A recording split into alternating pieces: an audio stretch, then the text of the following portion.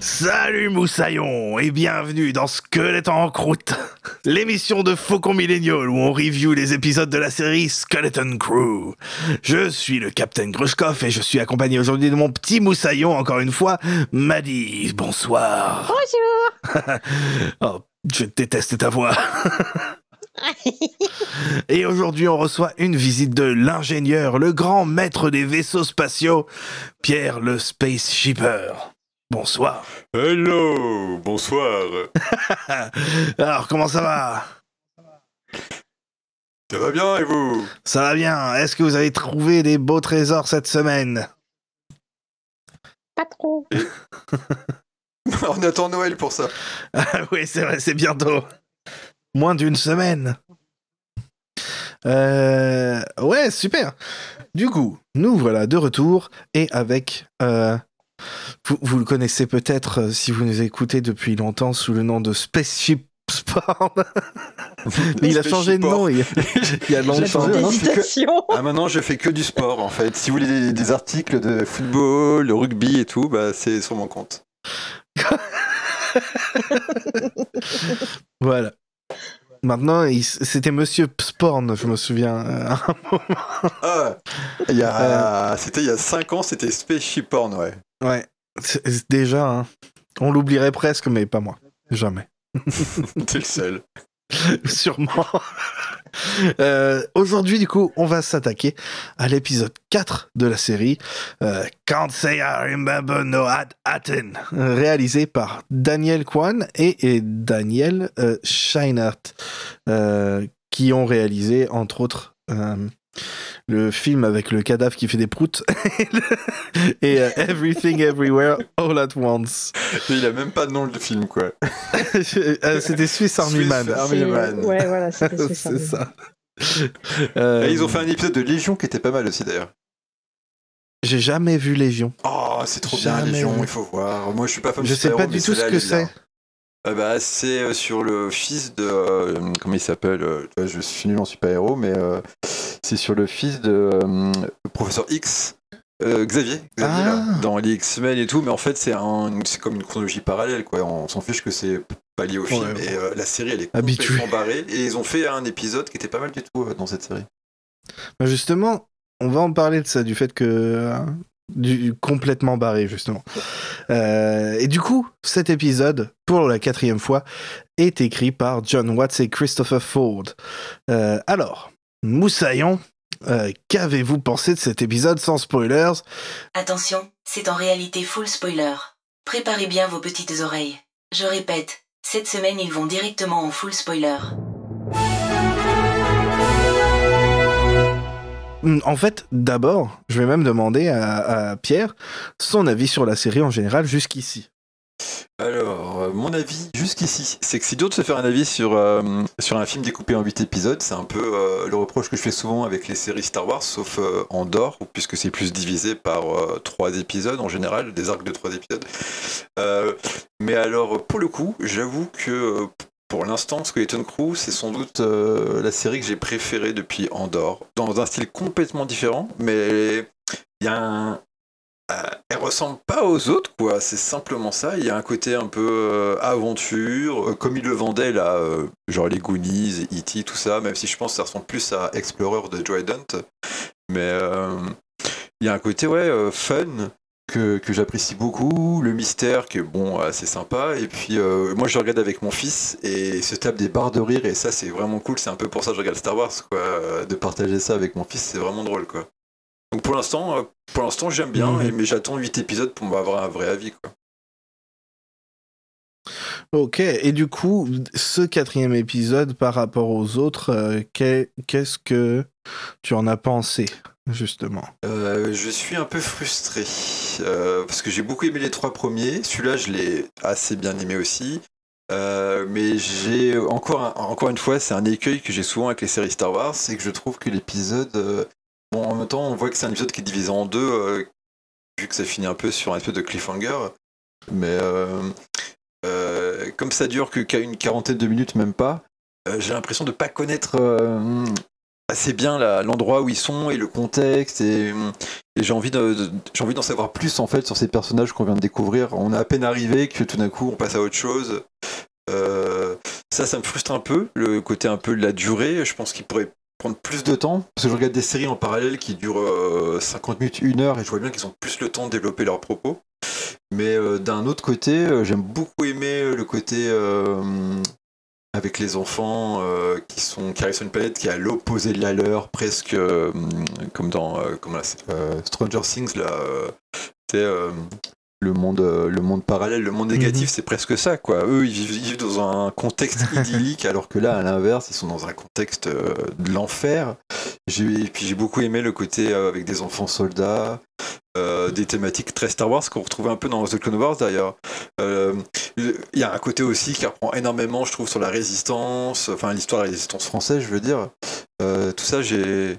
Ouais, là, spécifiquement... Là, vraiment, après, c'est encore appuyé. C'est pas une erreur. Appuyé en plus par Kassovitz. D'ailleurs, je me suis tapé une barre de rire quand je l'ai vu arriver. Mon fils, il a pas compris, quoi.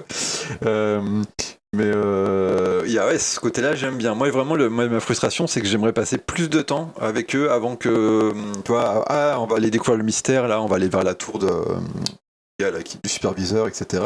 Et j'aurais aimé passer un peu plus de temps parce qu'en fait, ils arrivent, ils tombent sur la fille. Il y a Neil qui a le droit à sa scène avec elle, qui change tout. Elle comprend qu'il est super et tout, mais c'est super rapide en fait, ça dure 3 minutes et puis ils arrivent, ils rencontrent Kassovitz qui s'entraîne pendant 1 minute et puis après directement ils partent en guerre et j'ai l'impression que qu'il manque un truc pour que je sois complètement séduit. D'un autre côté, il y a des scènes tellement drôles qu'avec mon fils et tout on était mort de rire, surtout avec le robot là. Et puis le mystère est assez cool parce que j'arrive pas encore à deviner pour l'instant le fin mot de l'histoire. Parce qu'avec Star Wars, souvent on peut prévoir avec 10 épisodes d'avance, comme dans Ahsoka, ce qui va se passer. Là, je sais pas du tout où ça va aller, donc ça c'est cool de pas réussir à deviner pour l'instant. Donc bref, j'ai bien aimé, mais à la limite, tu vois, j'aurais bien aimé que ce soit comme les 2 premiers épisodes qui ont été diffusés en même temps.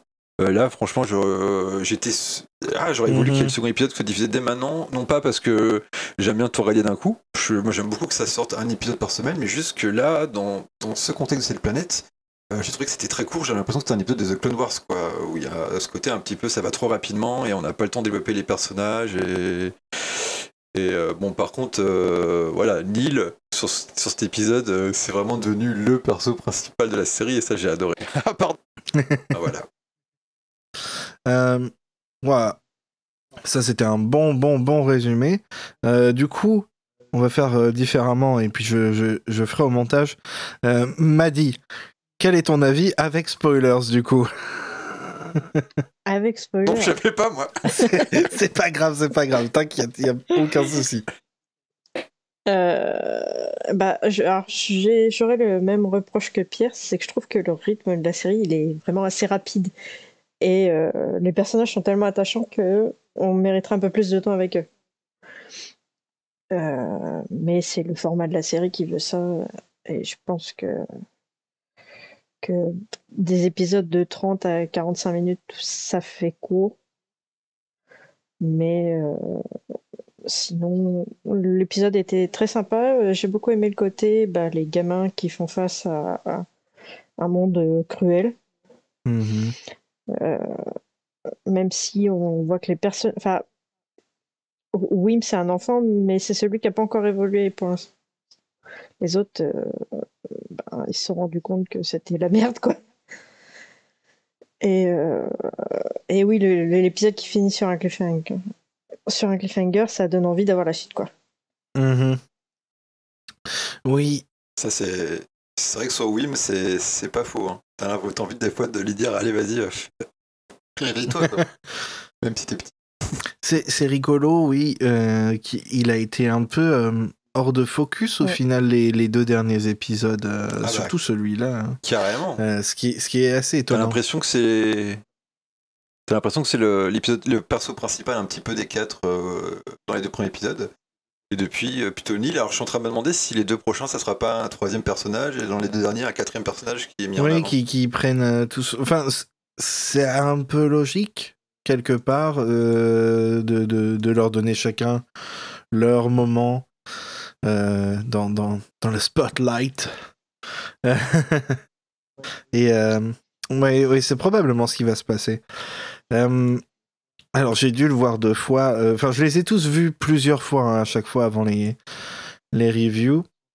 Parce que de toute façon, je les regarde avec ma famille et puis après avec Maddy et Kodaléa sur le Discord.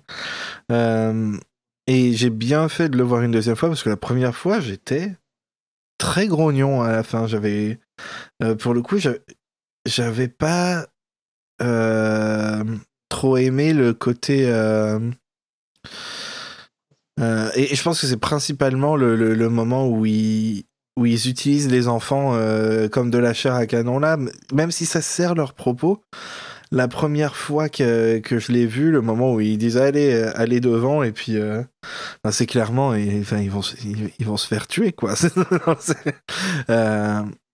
Et le fait que les enfants, c'était d'un seul coup beaucoup trop tragique pour moi. Même si tu sais qu'ils vont s'en sortir, j'ai eu un souci avec Le changement de ton. le shift, le changement de ton totalement de ce moment-là. Alors que au final, c'est effectivement, je pense qu'ils sont pas allés assez loin dans les propos qu'ils voulaient présenter. Et effectivement, peut-être que c'est parce que cet épisode, cette planète, on y restera plus longtemps dans le prochain épisode. Ah, clairement, ouais. Ça donne du coup effectivement ce rythme un peu cassé de cet épisode-là, alors que en fait tout ce qui est autour, pas ce qui concerne la planète, mais tout ce qui concerne ce qu'on a déjà établi, c'est-à-dire les relations entre le cast principal, le mystère, tout ça avance, ça continue d'avancer toujours à un bon rythme. T'as toujours un peu de révélation, un peu de non, en fait, t'as encore plus de questions. Mais effectivement, tout ce qui concerne la planète en elle-même, on en a très peu. Et un truc qui est très frustrant aussi, c'est étrange comment ils l'ont géré, c'est ce qui se passe avec Jod / Craigsom Jack / Captain Silvo, notre Jude Law galactique, qui on le voit pratiquement se faire capturer par l'autre camp, les Hatin. Non, c'est quoi les Hatan? Merci, Tuki. Le souffleur derrière. Et la prochaine fois qu'on le voit, il est là avec les éopies et tout pour sauver les enfants. Et puis après, c'est très vite poussé de côté ce truc-là. En fait, c'est très bizarre. La résolution qu'ils ont trouvée pour le conflit, qui vient un peu de nulle part, et tu sais pas vraiment ce qui s'est passé, ce qui peut-être fait exprès, mais si c'est pas fait exprès, c'est un peu chelou la façon dont ça a été présenté. Si je peux me permettre, à mon avis, c'était fait exprès parce que ça réduisait le coût de la série, parce qu'ils ont pas montré la scène. Tu vois, ils auraient pu montrer une scène impressionnante, et là, ils ont réduit le budget en faisant en fait, ça s'est passé grâce à tes crédits, et voilà. Oui, c'est ça, mais du coup, si c'était si simple, pourquoi ne pas le montrer? Ça aurait été rapide à... parce qu'ils avaient déjà les figurants et tout pour la scène où ils se font choper. Ouais. Et vu que SM33 ne réfute pas ce que dit Jod, ça veut dire que ce qu'il raconte là, le truc des crédits, c'est probablement la vérité. Ouais, c'est probablement vrai. Ouais. Mais de toute façon, tout le côté avec les deux camps opposés qui se font la guerre depuis longtemps, c'est un sujet super intéressant qui a déjà été abordé dans Star Wars plusieurs fois, mais c'est Que tellement ce fait soit en rapide, livre, en série. Ouais, en Clone Wars, il y a, je pense à Ouais. Rylot notamment, l'arc sur Rylot notamment, ouais. Le, je trouve que c'est tellement rapide que ce côté-là, il va y avoir encore de la backstory sur cette planète dans le prochain épisode, mais comment c'est présenté en fait, j'ai trouvé ça un peu par-dessus la jambe, quoi. Pop, ils arrivent, C'est ça. oh, on se c'est fait ça. la guerre depuis longtemps, tiens, les enfants, on vous envoie effectivement en première ligne. Là, cette scène-là, par exemple, elle devrait être plus tendue, quoi. Même si on sait qu'ils vont s'en sortir, ça devrait être genre, putain, il est vraiment pas cool, alors que là, c'est limite, ah tiens, il y a Mathieu Kassovitz, ah bah il est pas sympa, ah bah c'est fini. Enfin, tu vois, il y a un truc. Oui, c'est ça. Je pense que c'est tout ça. Et du coup, la première fois que je l'ai vu, ça m'a pas plu. Ça m'a rendu grognon. Et je pouvais même pas apprécier justement tous les autres trucs que j'aimais bien. Par exemple, le Babysitter SM33. Génial. Qui a fait pleurer de rire les enfants. Ah, là. Pareil. Et comme tu disais, voilà, encore une fois, même là, l'épisode qui est un peu plus sombre et tout, les enfants, ils ont quand même adoré, ils ont encore beaucoup rigolé et tout.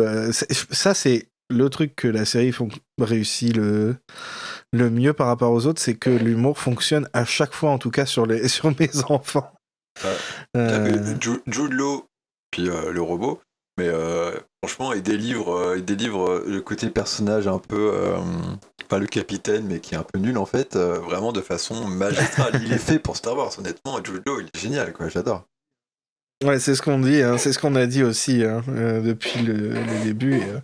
Et il continue. Et c'est peut-être pour ça, que j'étais frustré qu'on n'en voit pas plus là de sa petite aventure sur le côté, parce que ça veut dire qu'on va avoir moins de bêtises qu'il fait. Et maintenant que j'y pense, maintenant que j'avais pas pensé à ce que tu dis, mais ça se trouve, ça s'est pas vraiment passé, même si le robot il a rien dit, ça s'est pas passé comme ça, et on va découvrir qu'il s'est associé avec les autres, ou tu vois, et qu'il leur a tendu un piège dans le prochain épisode, on sait pas. Hein. Ça se trouve, l'amie, justement, celle qui se lie d'amitié avec Neil au fil de l'épisode, elle va rentrer chez elle en faisant des backflips et tout, hein, évidemment. Et pendant tout le chemin, tu sais, des backflips tout le temps. Voilà, c'est ça. Tout le chemin de retour, elle est comme ça. Ils t'ont pas montré, mais elle était comme ça aussi pendant le chemin. C'est naturel, c'est dans cette planète, ils sont comme ça. C'est la gravité. C'est comme ça en France. Il y a moins de gravité. En fait, c'est la planète Yamakasi, en fait. Ah, voilà. Et elle va arriver, en fait, ils seront tous morts. Et ça pourrait être horrible. Non, papa. Oh non, Kassovitz. Papa Kassovitz. Ok, il y a quelques points du coup que je voulais aborder dans cet épisode. Un truc justement qui fait partie de ces petits trucs qui m'ont un peu déçu, parce que justement en voyant les noms des réalisateurs, je m'attendais à quelque chose d'un peu plus poussé au final dans la réalisation tout simplement de l'épisode. La planète évidemment est très grisâtre, c'est une planète constamment en guerre, donc c'est logique, mais il n'y a pas le petit grain de folie qu'ils ont toujours justement dans leur réalisation. C'est très plat, très convenu, et je m'attendais pas à ça. Je ne sais pas ce que vous en pensez, vous, de ça, justement, de spécifiquement cet épisode-là.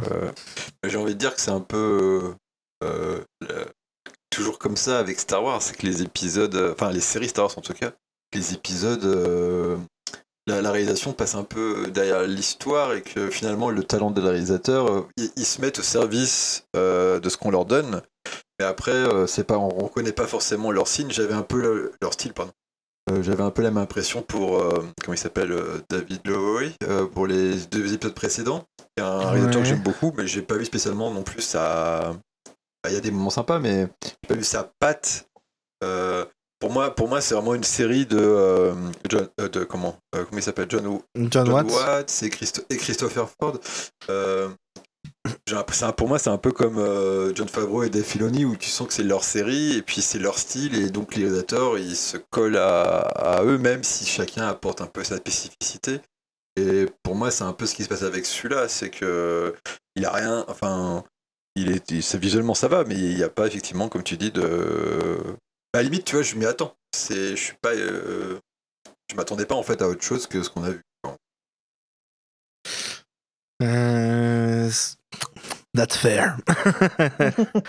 Mais justement, je trouve que Lowery, par exemple, il est connu pour aussi avoir fait, enfin pas forcément connu pour, mais on nous le rappelle assez souvent, notamment sur le Discord, qu'il a fait un Peter Pan dans il y a quelques années, et du coup le côté aventure avec des enfants, par exemple, là tu comprends pourquoi il était là. Oui. Ou Peter et le Dragon qui était sympa aussi. Ah voilà, c'est ça. Voilà, il connaît le sujet avec les petits. Mais c'est pas forcément leur style à eux, et du coup ça m'a plus choqué là, justement, parce que c'est un peu... et je suis désolé pour notamment Toto qui nous écoute, mais c'est un peu comme dans The Book of Boba Fett, où je m'attendais à des épisodes vraiment survitaminés par Robert Rodriguez, et au final il manquait vraiment de punch les épisodes qu'il a réalisés. Ouais, mais c'est la même chose. En fait, c'est des services qui sont servis des showrunners et scénaristes, quoi. Toi, tu t'attendais à sans doute à ce que les enfants se transforment en knacky géantes et en pierre. Exactement, exactement. Non mais mais en fait, c'était pas t'imagines possible. une planète un peu fofolle. Il aurait pu avoir une scène de cantina un peu spéciale. Oui, mais il aurait fallu que ce soit un épisode avec une planète un peu fofolle comme Port Borgo. Je pense qu'il aurait été parfait pour eux. Tu vois. C'est possible. Un truc un peu barré visuellement, etc. Même si je trouve que David Lowery a fait tellement un bon travail avec Port Borgo qu'il fallait pas changer. Hein. Mais je sais pas, c'est vrai que ça manquait knacky, je suis d'accord, mais non, j'adore ces films. Mais ouais, je sais pas, je m'y attends, mais de toute façon, pour moi, c'est un peu ça, c'est un peu le problème des séries Star Wars, où la réalisation... Enfin, c'est pas un problème, ça me semble relativement logique, c'est que c'est le showrunner qui est le chef, et après, chacun essaye d'apporter sa touche, mais dans un cadre beaucoup plus restreint que si... que dans un film où, par exemple, les directeurs ont plus ont plus de possibilités de changer des choses, de mettre à leur goût, voire même s'ils écrivent, là, carrément, ils font comme Robert Rodriguez, ils font leur propre film à leur manière, quoi. D'ailleurs, moi, un de mes épisodes préférés de The Mandalorian, c'est celui qui est réalisé par Jon Favreau, là, celui où ils sont avec le dragon Krayt, parce que le mec, il a fait... c'est son histoire, c'est sa série, et il a réalisé vraiment le truc, il a poussé le bouton, tu vois, c'est limite un petit film, quoi, d'ailleurs, en temps... Il est assez long, cet épisode. Ouais. Tu vois ce que je veux très dire réussi, moi, je trouve. Ah ouais, mais j'aime beaucoup, et justement, là, tu vois que les gars, ils ont plus la possibilité de faire leur propre style. Bon. Mm-hmm. Bah, c'est vrai qu'il y a ce côté... tu sens qu'il y a un cahier des charges et qu'ils n'ont pas une liberté créative qu'ils auraient si c'était leur bébé, on va dire. Mais du coup, je vois pas trop l'intérêt d'inviter des réals qui sont connus pour au final pas les laisser faire ce qu'ils font bien d'habitude. Moi, j'ai regardé les interviews des showrunners, et ils expliquaient qu'en fait, ils avaient appelé les gens qu'ils aimaient bien pour leur proposer de travailler dessus. En gros, c'est ça le truc, c'est que... En fait, la plupart, d'ailleurs, ils se connaissent d'ailleurs depuis longtemps. Ils étaient à l'école ensemble, la plupart, hein, pas tous. Et je crois que ça leur faisait plaisir de collaborer, mais ça veut pas dire non plus qu'ils leur laissent carte blanche. Là, les gars, on leur a dit, tiens, toi, tu vas faire un épisode où c'est pas dans une planète. C'est la même que le début, mais en version négative. Et bon, va y avoir... un moment très rapide, les enfants, c'est des enfants soldats, puis après ça s'arrête tout de suite pour aller voir le superviseur et on repart dans le mystère. Et donc qu'est-ce que tu fais avec ça, quoi, spécialement de réaliser au niveau de la mise en scène de spécial? C'est vrai. Ici, il y a le moment où ils se cachent, là, quand il y a les gars qui passent, effectivement, qui peut être un moment de mise en scène un peu spécial, mais sinon, cet épisode propose pas énormément de choses pour faire quelque chose de spécial, quoi, je trouve. Non, mais c'est combat à la ça, fin, hein, ouais. c'est pas forcément de leur Ah si. faute. Hein, Attends, maintenant que j'y pense, il y a un moment où c'est sympa, c'est quand il y a le robot là qui retrouve sa programmation d'origine et la caméra elle se met devant lui et tout. Il y a des bonnes idées de mise en scène qui sont assez rares Ah dans oui, Star quand Wars il avait à ce un moment-là. harnais avec une caméra, C'est ça, on regardait devant, ouais. direct. Là, ils ont apporté leur touche sur cette scène-là. Sur la toute fin, ouais. Ouais, toute fin de l'épisode, ça c'est pas mal ce moment-là d'ailleurs. C'est un moment qui est très important en plus au niveau du reste de l'histoire. Ouais, hâté. J'ai pas vu tous les bêtes qui sont hâtés. Et t'as vu tous les gens qui croient que c'était par rapport au quadripode. C'est tellement Ouais, dingue. c'est rigolo qu'il ait commencé par ça parce que je me dis, est-ce que c'est fait exprès ou pas? Et non, ils ont dit non, c'est inconscient. Bon, ok. Bah non, parce que ouais, au final, on voit que toutes ces planètes, c'est Jewels of the Republic. Commence par At, et cette fois-ci, on est sur At Akran. Justement, tu en as touché quelques mots durant ta review.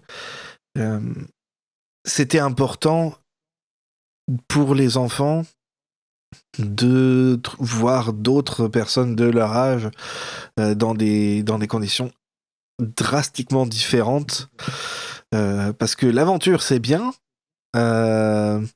mais le confort c'est aussi bien, hein. c'est quelque chose et c'est un luxe dont ils se rendent pas forcément compte, Comme tout enfant, enfin, ouais. ils se rendent pas compte évidemment, et même énormément d'adultes, hein.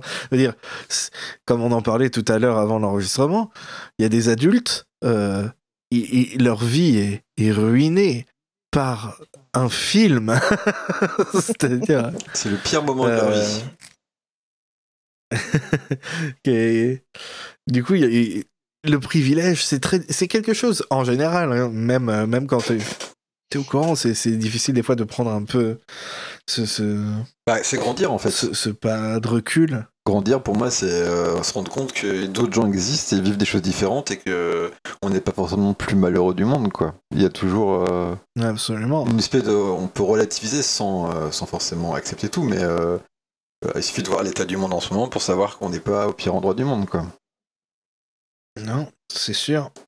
C'est sûr. Et pourtant, je connais 2-3 politiciens qui aimeraient bien qu'on se sente comme ça. Hein. T'inquiète, ça, ils sont aidés. Je sais pas s'ils font exprès. Mais j'ai aussi beaucoup aimé le fait que justement Neil, il laisse pas ça lui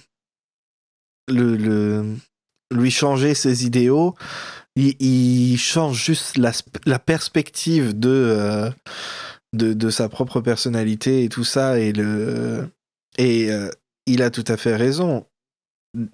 Ce serait bien des fois de se dire juste et si on faisait la paix, hein, et juste d'arrêter, parce que combien de pays, même dans notre vraie planète, sont en guerre pendant des décennies et des décennies, et que au final les gens qui se retrouvent à faire la guerre ne sont même pas les mêmes personnes qui ont débuté la guerre et du coup voilà, c'est ce genre de choses là, c'est intéressant, mais ça va pas hyper loin, mais c'est quand même là. C'est clair que c'est un propos qui était super intéressant, surtout qui sort en même temps, en ce moment, alors que ça a été écrit il y a au moins 3 ans, puisque ça a été tourné il y a déjà 2 ans. Je trouvais que ça tombe bien politiquement, on va dire, comme sujet, même si c'est un peu traité, je trouve, par-dessus la jambe. Là, j'ai publié, moi, sur mon Patreon récemment, je suis en train de traduire les mémoires de ma grand-mère sur la Seconde Guerre mondiale en France, donc elle a vécu elle a vécu le régime fasciste, quoi, en gros, et c'était intéressant parce qu'elle le dit à un moment dans ses mémoires, qu'elle a écrit un peu plus tard, hein, que justement qu'on a su faire la paix avec les Allemands et que maintenant ce sont nos amis. Elle a écrit ça dans les années 90 en gros, et on a su quitter un cycle de violence et de destruction qui a duré longtemps, parce qu'il n'y a pas eu même, enfin c'était pas les nazis, mais avant il y a eu la Première Guerre mondiale, et puis avant il y avait la guerre de 1870, etc. Donc, et l'Europe en elle-même a été en guerre tout le temps. C'est que depuis peu de temps qu'on arrête de se faire la guerre tout le temps. Enfin, moi j'ai bien aimé parce que Neil, j'avais l'impression un peu que c'était justement la voix de mais regardez, des fois on oublie pourquoi on se fait la guerre et pourquoi on se déteste, et des fois il faut savoir reculer, enfin prendre un pas, faire un pas en avant peut-être pour trouver un compromis. Ou bien sûr il faut pas que l'ennemi soit genre l'Empire ou les fachos qui veulent prendre le pouvoir et écraser tout le monde dans l'intolérance. Ça, mais là, pourquoi ils se font la guerre, on sait pas. Peut-être que c'est simplement maintenant un cycle sans fin, et comme tu dis, les gens ils savent même plus pourquoi. Enfin, il n'y a plus de raison en fait de se faire la guerre. Et c'est vrai que le côté Neil est trop mignon parce que c'est l'inverse de Star Wars, quoi. Enfin, dans le sens que on n'est plus dans la guerre des étoiles, on est Oui, ouais, on est habitué à se battre. C'est la diplomatie, quoi. C'est quelque chose d'assez différent de. Il est trop mignon, Neil. De toute façon, c'est le MVP de la série, quoi. Oui. Au final, oui, et il y a aussi cette possibilité, évidemment, de toujours argumenter, bah oui, mais si on arrête de se battre maintenant, les gens qui se sont battus avant nous, c'est pas juste, des trucs comme ça.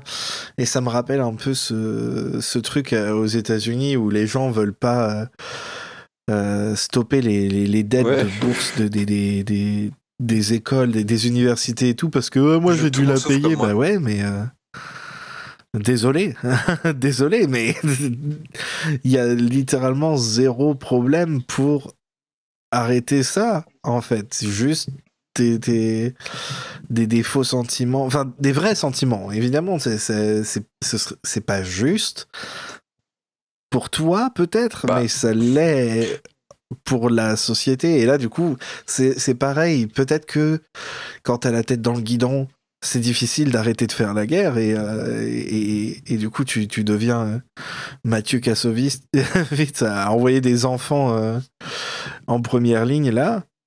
Mais il y a toujours l'espoir que si ça s'arrête, quoi.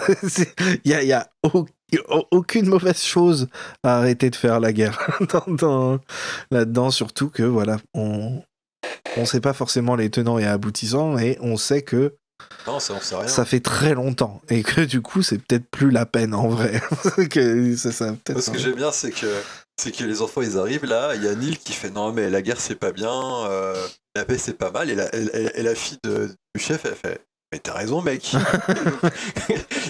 Ils seront passés 2 heures et ils vont changer le futur de la planète. Je trouve ça on est loin d'Andorre, mais au niveau de la thématique politique, mais comme message pour une série qui est plutôt à destination du cœur de cible de Star Wars, quoi. Je trouve ça vraiment bien. Oui, c'est approprié. Trop simpliste à mon goût, mais en même temps un très joli message pour Star Wars. Voilà. Mais c'est ça, au final, Andorre, c'est vraiment plus pour les adultes de toute façon en général, et du coup, le message est différent. Et c'est logique au final. Je parlais pas vraiment du message, plus de la complexité, on va dire, du message. Mais oui, c'est vrai. Effectivement. Non, mais en même temps, cette série est clairement faite pour mon fils. Elle est pas faite pour moi, mais la plupart de Star Wars, de toute façon, moi j'aime Star Wars parce que c'était tout dans mon enfance, un côté nostalgique, blablabla. Mais le cœur de cible, c'est pas moi, mis à part pour Andorre. C'est clairement le reste, c'est pour mon fils. Et quand je vois mon fils comme il kiffe, c'est le principal, quoi. Ouais, c'est ça. Et ça a été super bien, spécifiquement avec cette série-là. Ah ouais, attends. C'était bien avec cette série-là, mais aussi parce que je trouve que cette série, comme Andorre avant, élargit l'univers Star Wars en introduisant plein de nouveaux trucs. Ce que je peux pas dire personnellement des autres séries que j'ai regardées, peut-être Mandalorian saison 1 dans une moindre mesure, même si je sais qu'on n'est pas d'accord sur sur Grogu et Din Djarin, mais tu sais, je te disais par rapport à l'icône, quoi, le fait qu'il ressemble à Boba Fett et à Yoda. Mais la première saison, elle ouvrait en mettant des nouveaux trucs, tu vois. Après, il faut revenir tous les personnages de la galaxie, c'est pas pareil. Mais là, celle-là, j'aime bien. Bon, peut-être qu'il y aura plus tard un personnage qu'on connaît qui va apparaître, mais elle apporte plein de nouveaux trucs dans la galaxie Star Wars. Et là, limite, il pourrait faire au moins 15 livres dans différentes directions qui pourraient être écrits sur Port Borgo, Tatooine, les enfants, le vaisseau. Le vaisseau, il a plein de secrets et il a l'air vachement intéressant. Rien que lui, il y a plein de storylines qui sont possibles, qui remontent peut-être jusqu'à la Haute République, des trucs comme ça, quoi. Ah, ouais. J'espère qu'on aura des romans quand même dessus. Je pense que. S'ils en font sur The Acolyte, il y a des chances qu'ils le font pour. J'espère. Oui. Oui. Ouais, parce que ça va pas être annulé et jeté à la poubelle non plus, j'espère. Après, on sait jamais avec. Vous disiez ça va pas assez loin dans le message, mais il faut quand même que le message il soit compréhensible pour les petits, quoi. C'est tout à fait vrai. C'est vrai. Tout à fait vrai. Je pense pas que tu peux leur donner une grille de lecture entre guillemets d'adultes. Là c'est compréhensible pour des petits, voilà quoi. Ils font c'est des enfants, ils font la guerre, c'est pas bien, faut que ça s'arrête. Bah voilà, le message il est passé. Tout à fait. C'est vrai. C'est dur avec ces séries, et Star Wars en particulier, il faut avoir. T'as ton avis personnel par rapport à ce que t'attends, t'as aussi quelle est la vision par rapport au cœur de cible, il y a toujours plein de lectures différentes à faire de chaque œuvre. Même Star Wars Outlaws c'est pareil, j'avais l'impression que moi j'aimais bien Star Wars Outlaws parce que je joue, déjà parce que ça se passe dans la trilogie classique et je trouvais que c'était très longtemps qu'un jeu vidéo se passait à cette période-là était sympa. Et puis il y avait le côté beaucoup de gens que je connais qui sont des gros joueurs qui jouent à tous les Assassin's Creed et genre de open world étaient un peu déçus parce qu'ils s'attendent à quelque chose que moi je m'attends pas du tout, parce que la dernière fois que j'ai joué à un genre de jeu c'était il y a 10 ans avec Black Flag, et donc forcément quand t'as une habitude ou une attente ça change un peu ton appréciation, je pense. Non, c'est sûr, hein, et c'est pour ça que quand j'ai été un peu déçu, je suis pas resté sur cette impression-là parce que moi déjà j'aime pas rester sur un avis négatif en général, mais aussi parce que pas changé d'avis peut-être sur que c'était. Oui, bah je l'ai revu et j'ai vu que c'était de la merde. Bon, bah ça c'est. Mais je suis moins en colère, c'est juste bon, bah écoute, c'est pourri, c'est tout. C'est ce que j'expliquais l'autre jour là, quand il y avait 600 personnes qui sont tombées dessus à cause de la Jedi. Quelqu'un il disait il y a encore pire, il y a Tross et tout, et je fais en fait Tross, moi perso, pour moi l'histoire des Skywalker se termine avec ce magnifique dernier plan des Jedi avec l'enfant qui regarde vers le ciel, etc. Mais dans comme je suis fan de Star Wars, dans le lore, bah oui, Palpatine revient après, oui, il y a tous les nouveaux vaisseaux, oui, il y a les planètes, oui, machin. Mais comme tout ça c'est de la fiction, bah mon cerveau il fait la séparation entre ce que je kiffe et ce qui fait partie de l'univers globalement, tu vois. Je sais pas, c'est des fictions donc. Imagine si certaines autres personnes étaient capables de faire ça, ce tout petit effort fictif, alors, mental. Moi j'aime beaucoup par exemple ce qu'ils ont fait au niveau du canon là en 2014, ils ont tout viré, et puis depuis ils récupèrent des trucs par-ci par-là, des trucs sympas comme Throne ou autre, et puis ils font un univers plus cohérent qu'avant, puisque avant si Lucas décidait que il y avait tel truc qui allait pas, il supprimait 10 bouquins ou une série télé comme Clone Wars qui s'appelle Jandy, voilà. Et attends, comment je l'ai appelé la dernière fois? Et maintenant attends, la dernière fois je trouvais plus son nom. Tartiflette ou un truc comme ça. Tarte à couilles. Tartiflette d'esprit. Mais moi j'aime bien qu'ils aient fait ça, et en même temps ça m'empêche pas de se dire les trucs que j'aime pas, je m'en fous. C'est fictif, donc si j'aime pas, on va dire, tu vois, un truc comme Tross, et tant pis, rien de plus, j'ai regardé le film, au pire, quoi. c'est de la fiction, donc c'est malléable, un canon Déjà, il y a déjà plusieurs canons dans Star Wars avec les diverses légendes, il y avait déjà Infinities avant, il y avait des trucs, etc. Ouais. Fou, quoi. Puis j'ai plus 12 ans. Et puis c'est bien aussi que justement ils se sont un peu libérés là-dessus déjà avec les Visions et tout ça.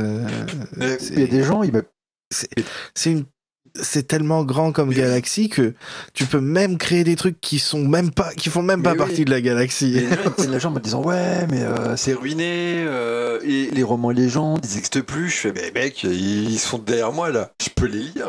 Je m'en fous. Oui, c'est exactement ça. Ils existent toujours. Calcatarn, il est plus canon. Bah si, pour moi, il est canon. C'est juste qu'on l'a pas vu. Enfin, tu vois, on s'en fout. Oui, il est canon dans tous les sens du terme. C'est vrai. Mais c'est pas parce que c'est pas officiel, on s'en fout. C'est la fiction, putain. Pardon, on s'en fiche quoi. Crotte de bique.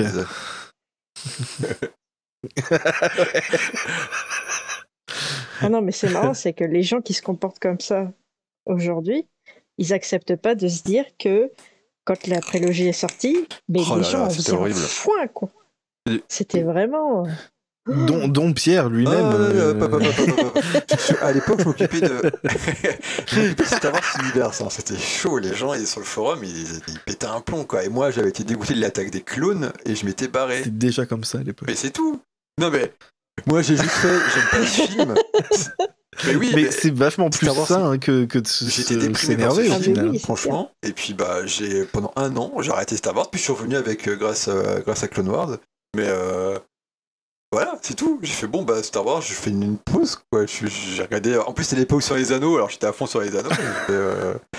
Il y a plein de choses à aimer dans le monde. Il y a tellement de choses à aimer dans le monde. On se prendre la tête sur un truc qu'on n'aime pas. Je veux dire. Et puis les anciens films, ils existent toujours. Enfin bref, c'est con quoi. Et d'ailleurs, en parlant de choses qu'on aime, j'ai essayé de nous remettre sur les rails, même si c'était cool. Un truc que j'aime bien dans cette série, c'est évidemment ce côté Goonies et tout, même si... tiens, qu'est-ce que tu en penses des Goonies, toi De quoi de le film? Bah, moi, c'est un film de mon enfance, ouais. Donc je kiffe. Donc voilà, tu vois, c'est ce qu'on disait, Goonies, c'est un film que tu aimes si c'est un film de ton enfance. C'est dur de savoir. Non, mais c'est pour rire parce que nous, on n'est pas trop fans, mais et ça prend aussi dans les mêmes inspirations. Et ça, c'est un truc qui est bien aussi avec Star Wars, c'est que ça devient un problème quand Star Wars est inspiré par Star Wars. Exactement. Mais là, ce qu'ils ont fait, c'est que non seulement ils sont inspirés des films des années 80, mais aussi des racines. Hein. Il y a énormément de références justement à l'île au trésor. Ah, clair. Et c'est un de mes aspects préférés. J'y pense souvent, la version Disney, le film Treasure Planet. Ouais, c'est super génial. Hein. Parce que là, la série ressemble beaucoup aussi. Exactement, et justement, j'allais parler du robot. Absolument, le robot et la mémoire, on en a parlé dès le premier épisode, enfin le deuxième parce que c'est là qu'il apparaît. Mais on a enfin un peu plus de substance sur ce mystère et la mémoire de SM-33 et on apprend du coup qu'ils sont déjà venus sur cette planète et qu'il a effacé les coordonnées vers At-Atin. Est-ce que c'est pas à cause de lui le bordel sur cette planète? Enfin, en tout cas, de son capitaine et de lui. vu comment il en parlait, c'était sûrement déjà le bordel la dernière fois qu'ils sont venus en tout cas. Oh. Est-ce que c'est de sa faute? Pas sûr, mais...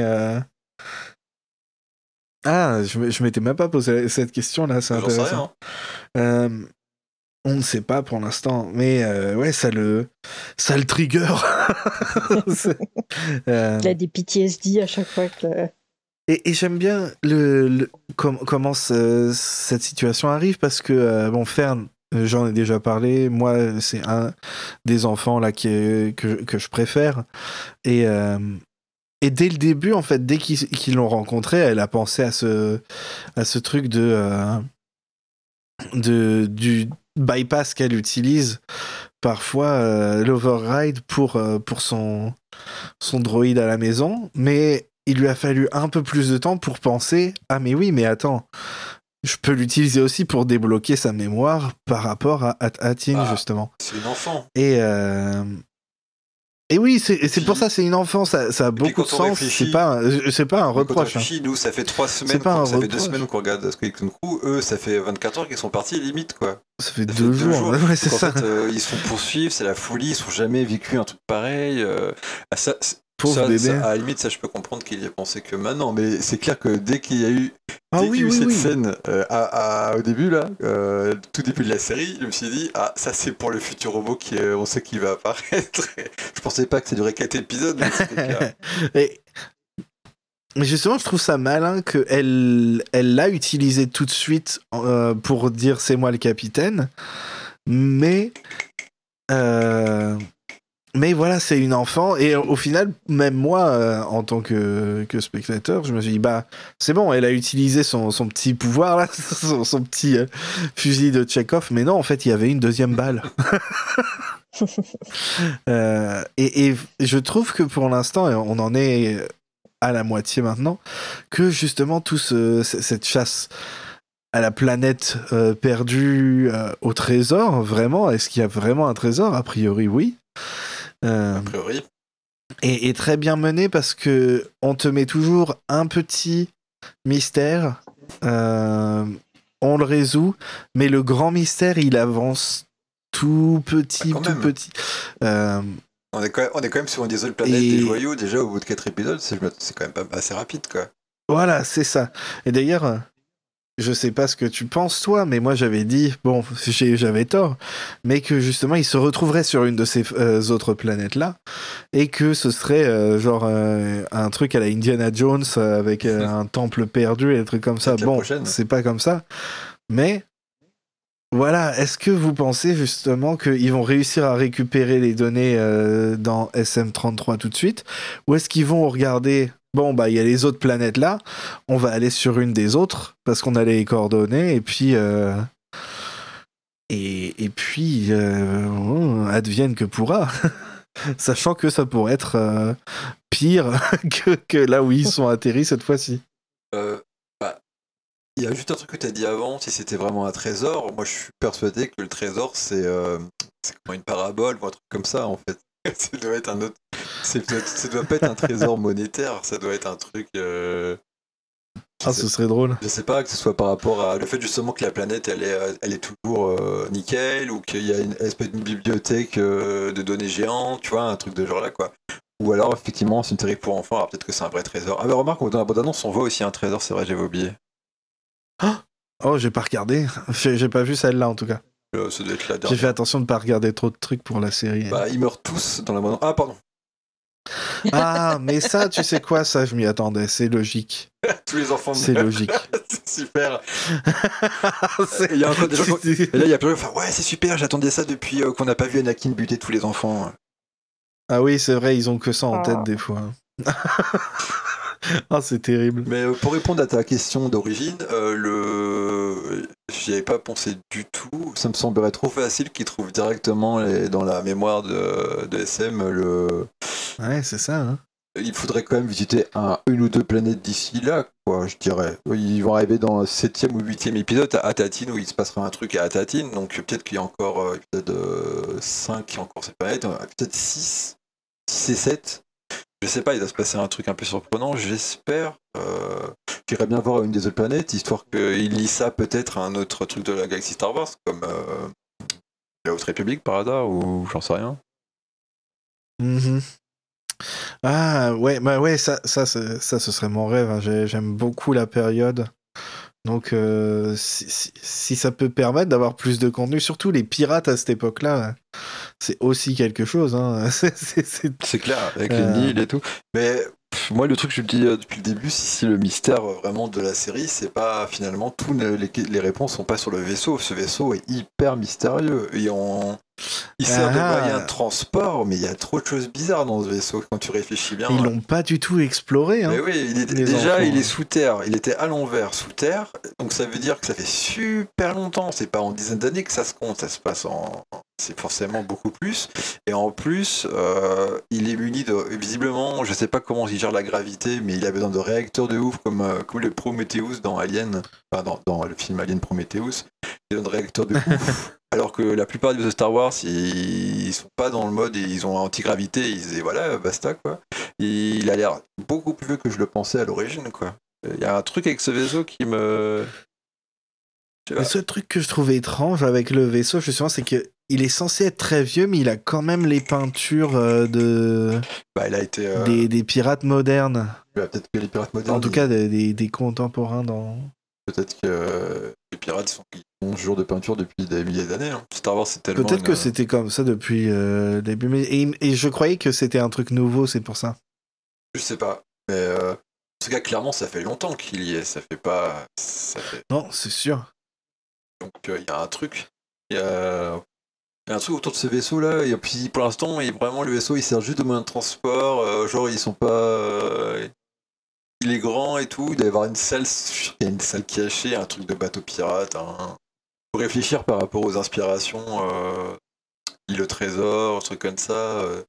Il y a un truc avec ce bateau. Il y a un truc avec ce bateau, je suis sûr.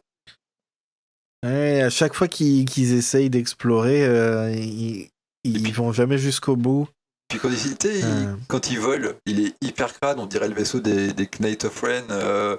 On voit le... ouais, il fait de la fumée. Il y a toujours de la terre. C'est un vieux taco. Mais oui, il y a un truc sur ce vaisseau. Alors peut-être c'est que pour le style, quoi. Mais pour moi, ça me saurait pas qu'il y a un truc autour de ce vaisseau qu'on saura avant la fin de la saison. Je sais pas. Mm-hmm. Bon, après, si c'est juste pour le style, ça fonctionne déjà. Ah oui, il est stylé. Hein. Franchement, il est cool. Hein. Honnêtement, comme Hero Ship de Star Wars, il se classe déjà dans mes préférés, je pense. Hein. Il est cool. Ouais, il est bien. Hein. Il est asymétrique, le cockpit sur le côté, enfin le pont sur le côté. J'avais même pas remarqué au début. Oui, J'avais même pas remarqué. J'ai fait trop bien. Enfin, encore un vaisseau asymétrique, cool. C'était seulement là, au début de cet épisode-là, que je fais attends, le cockpit, il est complètement sur le côté. Je trouve que c'est un bon vaisseau Star Wars, mais qui fait ancien, limite pré-république de la prélogie, quoi.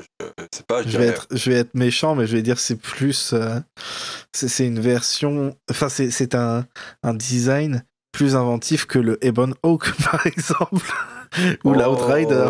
Bah mec, cache-toi, change d'adresse avant de diffuser l'épisode, hein, parce que là, tu as des problèmes, mec. Non mais les gens ils ont l'habitude. Ah mais t'as pas le droit de dire ça parce qu'il y a des gens là ils vont mal le prendre. T'en fais pas, j'ai même changé de pays déjà. Ça ne suffira pas. Pourquoi tu crois que je suis les mecs ils sont...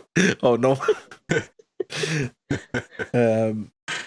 Mais c'est intéressant, c'est vrai que j'y avais pas pensé forcément au fait que le vaisseau a sûrement beaucoup plus d'informations. Sûrement, en tout cas probablement. Beaucoup plus. Dans tous les cas, je voudrais bien qu'ils sortent une belle réplique.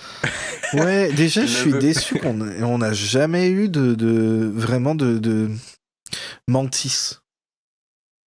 On n'a jamais eu de Mantis. Le Mantis. Le Stinger Mantis. Ouais, le Stinger Mantis. Je crois qu'il est sorti dans une. Je crois qu'ils l'ont sorti chez Fan Home. Ils font des répliques de vaisseaux Star Wars que j'ai jamais acheté d'ailleurs. Il me semble qu'il était dedans parce qu'ils font plein de petits vaisseaux qui sont dans des œuvres connexes, etc. Et j'aimerais bien l'avoir aussi, ouais. Et ouais, c'est ça. Le Trailblazer aussi, parce que c'est mon vaisseau maintenant.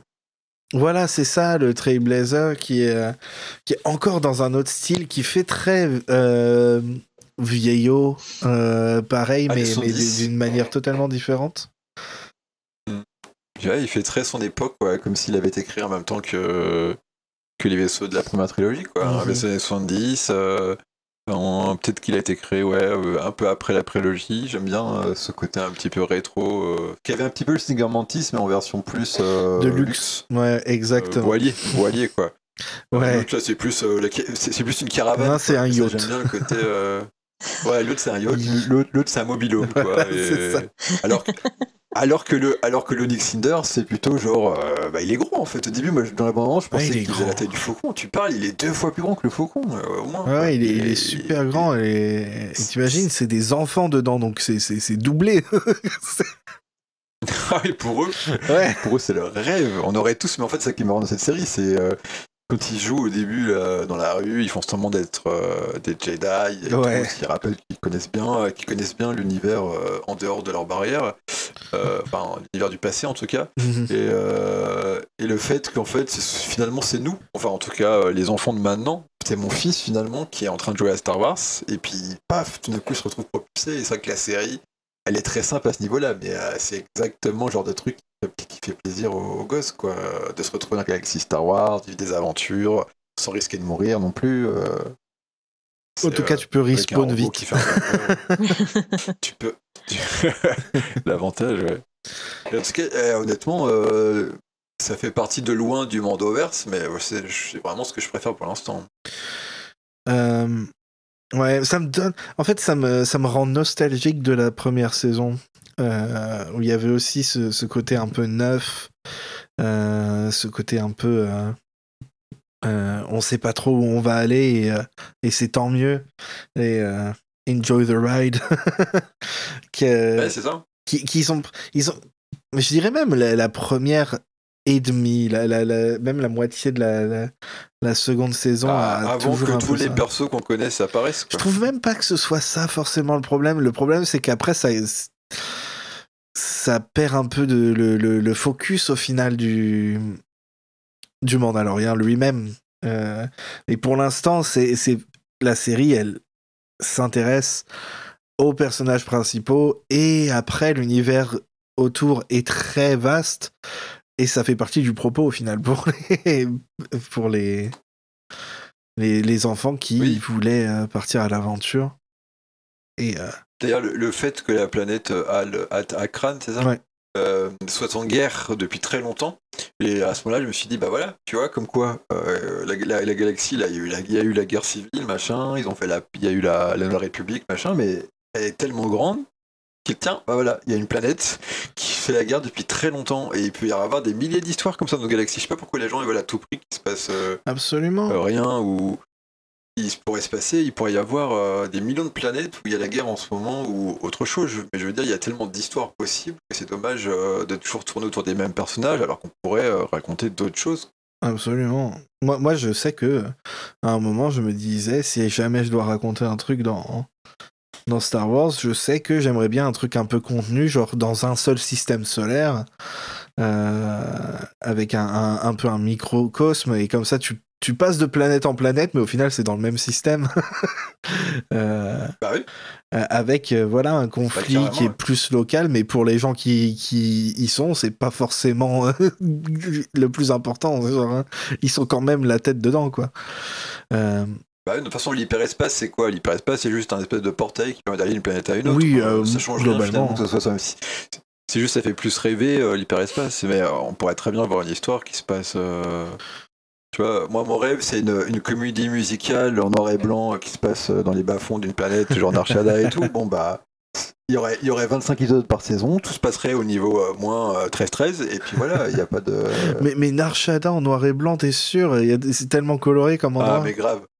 En noir et blanc, mec. Mais en vrai, ça pourrait rendre bien. Mais vraiment, mais tout le monde chante tout le temps. C'est ça le truc. Mais c'est canon, genre, c'est pas juste le style de série, c'est juste vraiment tout le monde chante tout le temps là-bas. Ah oui, voilà. Il y a une planète où tout le monde chante. Il y a ça dans Star Trek, il y avait une planète où tout le monde chantait tout le temps, il y a pas longtemps. Je l'ai pas vu. Non, dans Star Trek ou dans Guardian of the Galaxy, je sais plus, ou dans The Marvel, bref. D'ailleurs, c'était raté parce qu'ils chantent, et puis au bout d'un moment, ils s'arrêtent de chanter, et tu fais, je croyais que vous chantez tout le temps cette planète. Bah non, visiblement non. Bref. Quoi? C'est le principe du truc. Oui, je sais plus exactement, je crois que c'est dans Marvel ou dans... Bon, bref, la M-Sud. D'ailleurs, justement, tu parlais juste avant de la guerre civile galactique, et il y a un truc, je suppose que tu l'as remarqué peut-être aussi, c'est que certains éléments des armures de l'armée du comment il s'appelle, le général Strix ou je sais plus quoi. Kassovitz. Le général Kassovitz. Ils ont des éléments d'armure des comment ils s'appellent, les Mud Troopers, je crois. En gros, la même armure que Han porte sur Mimban dans Solo. Alors moi j'ai remarqué ça, mais j'ai mis ça tout de suite sur la colonne. Nous recyclons les props des autres séries parce que bon, faut pas abuser quand même. C'est probablement ça se trouve, il y a. Mais ça se trouve, il y a un truc. En tout cas, leurs satellites sont cassés. Enfin, oui. ils sont abîmés. On voit au début, donc et puis ils disent qu'ils sont en contact avec. Voilà, c'est ça. Ils disent qu'ils ont fait du trade. Eux, ils sont pas coupés. Eux, ils sont pas coupés de la galaxie. Ils sont pas coupés. Ils sont difficiles à trouver. Parce que ils étaient cachés à un moment, donc mais ils sont pas complètement coupés. Du coup, tu te dis oh purée. Du coup, moi, j'ai vu personne parler de la théorie que c'est un remake de Rebelle Assaut 2. Je pense que c'est parce que personne n'y a joué. Vidéo. Il y a qui est vieux. Oui, c'était il y a 40 ans là. C'était non. Attends, c'était quand? On va dire ça. C'était il y a 30 ans dans 12 jours, ok? Donc ça va, pas abuser non plus, hein. C'est 95. Est-ce que t'as déjà préparé les messages? Mais tu sais, dans Rebelle Assaut 2, non, tu n'y as pas joué? Non, absolument. J'ai joué ni au premier ni au deuxième. Mais vous êtes des faux fans, c'est pas possible. Ouais, non, mais. Non, mais tout le monde doit avoir joué, sinon t'es pas un vrai fan. Zut. Non, mais Rebelle Assaut 2, c'était cool parce que t'avais les premières images filmées de Star Wars depuis FMV, à ce moment-là, ça faisait plus de 10 ans. C'était il y a plus de 10 ans, c'était très mauvais, mais c'est pas grave. Par contre, il y avait tout ce côté autour d'une nébuleuse en fait où était cachée une arme de l'Empire, il y avait une planète, etc. Et ça me rappelle à mon avis, enfin. Peut-être que c'est inconscient, mais les gars, je ne m'étonnerait pas qu'ils soient un peu inspirés de ça, au moins inconsciemment, parce que le côté de la planète qui serait peut-être cachée dans une nébuleuse, ça m'a rappelé tout de suite. Et une fausse en plus nébuleuse qui serait fabriquée par les satellites qui sont autour. Qui est aussi assez. Je pense pas que ce sera un gros mystère, ça fait juste partie du truc autour, mais. Et pourquoi ils ont caché des planètes? C'est ça qui m'a étonné aussi. Et ça, c'est le truc. On n'a pas encore revu les parents, mais je suppose qu'on va en apprendre peut-être plus par la suite. Ouais, c'est ça que j'aimerais savoir en fait. C'est pourquoi cette planète? C'est ça, c'est 7, hein? C'est pas 9, c'est 7 ou 9, j'ai vu. Pourquoi ces planètes-là spécifiquement? Ils ont fait la même chose, ils ont mis les mêmes décors, les mêmes écoles, exactement pareil, partout. Ils ont dit, bon, on les cache. Et on vous donne toute la culture, mais ça s'arrête là, et vous n'avez pas le droit de vous barrer. Pourquoi il y a ça? C'est ça. Je me demande. Ça, c'est vraiment le truc qui me fait envie de savoir. C'était 9 planètes. Les Jewels of the Old Republic.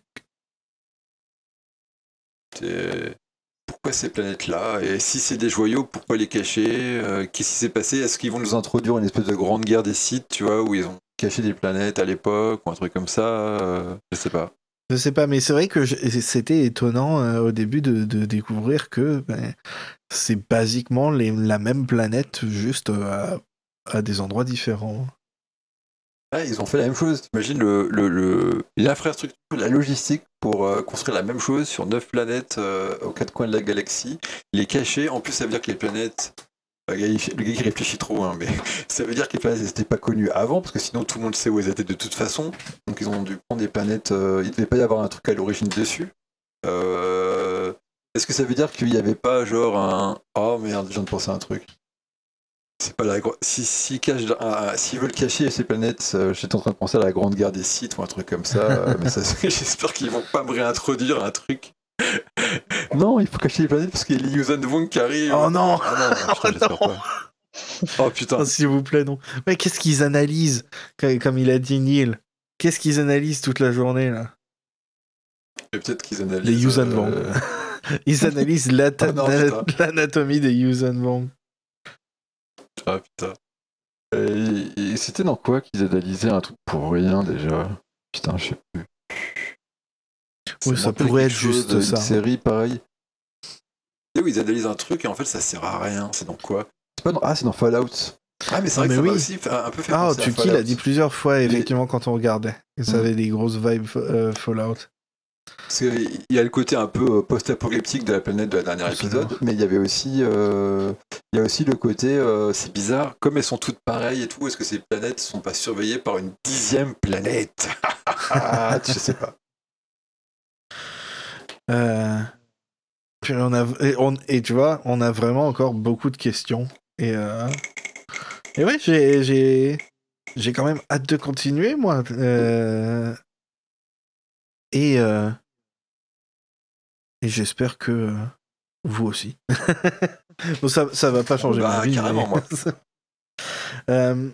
Bah, honnêtement, pour moi, c'est ce que j'ai préféré au niveau série, je te dis, depuis Andorre, pour une raison complètement opposée, mais c'est drôle, c'est fun, et le mystère, bon, à la limite, c'est un plus, quoi, c'est un bonus, mais les personnages sont attachants, j'espère que Wim va grandir quand même avant la fin. Je pense, mais ils ont pris leur temps. Hein. Et c'est clair, mais en même temps, ça fait 2 jours, donc encore une fois, c'est vrai que je laisse un petit peu de...